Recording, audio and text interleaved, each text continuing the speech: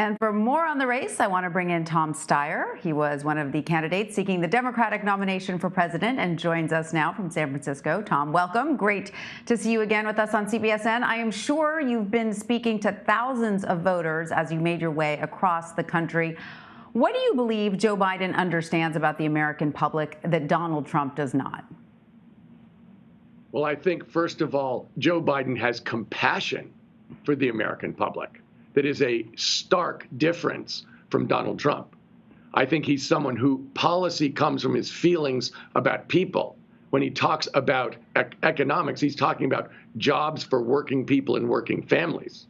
I think when he talks about climate, he's really thinking about pollution and poison and taking care of the health of people, particularly Black and brown people. And I think the other difference is Joe Biden and Kamala Harris have a plan economically for how to get us out of this ditch and out of this high unemployment, the Build Back Better plan. Mr. Trump has failed. He's consistently failed, and he has no plan. Joe Biden and Kamala Harris are looking to a much more equitable and prosperous future, and they can tell you how we're going to get there. That's a huge difference, Tanya. And of course, you said climate change is the biggest threat to this country and the world. That was a big part of your platform when you ran. So do you disagree with Biden on several key climate-related issues, including bans on fracking and fossil fuel exports? Because we have seen him distance himself from the Green New Deal. And of course, we know the choice here is between a climate change denier in President Trump and a leader who is committed to some form of change in Biden. But do you believe that his plans go far enough for what the country and the world need?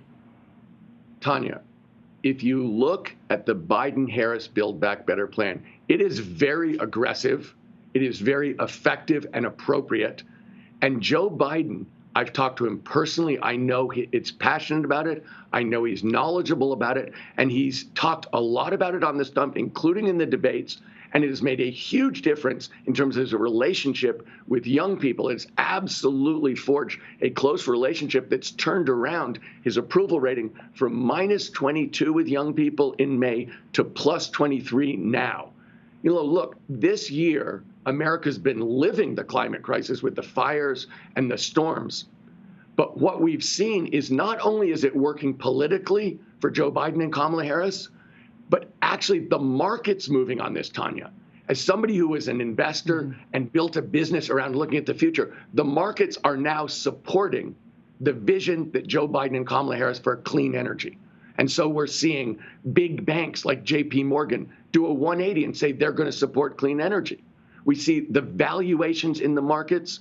We're seeing people raising tens of billions of dollars for clean energy. So when you talk about the climate plan that Joe Biden and Kamala Harris have, it's also an economic plan to put millions of Americans back to work in good union jobs.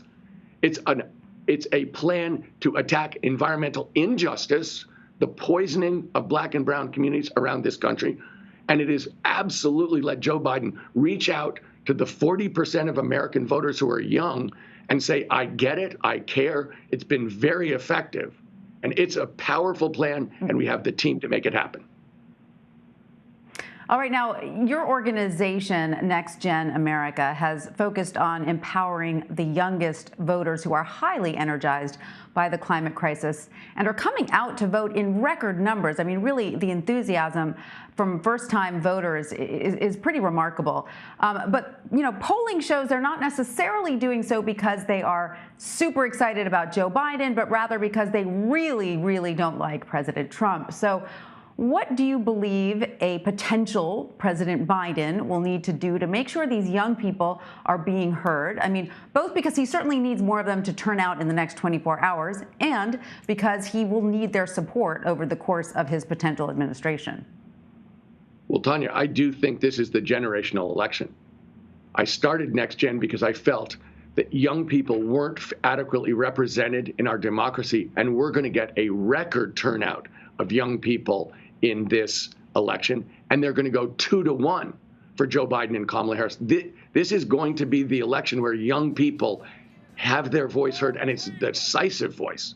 And I think that Joe Biden and Kamala Harris are committed to the Build Back Better plan.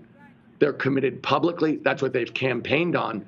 And when I was in Nevada on Saturday talking to young voters, talking to volunteers and organizers, they absolutely know that, and they trust Joe Biden and Kamala Harris to come through. And I know that it's in their heart to come through. So I think there's actually something that's happened that's very dramatic. They're actually voting for this team, for what they represent. And I believe they've made a wise decision, and that it's going to be a generational change.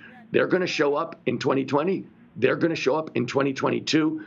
This is a huge change for America, and the young people are going to have their voice in leadership, and I think it's fantastic. All right, so Tom, looking to a potential, Biden administration, a Biden agenda can't really pass without eliminating the filibuster, and that is a position you support.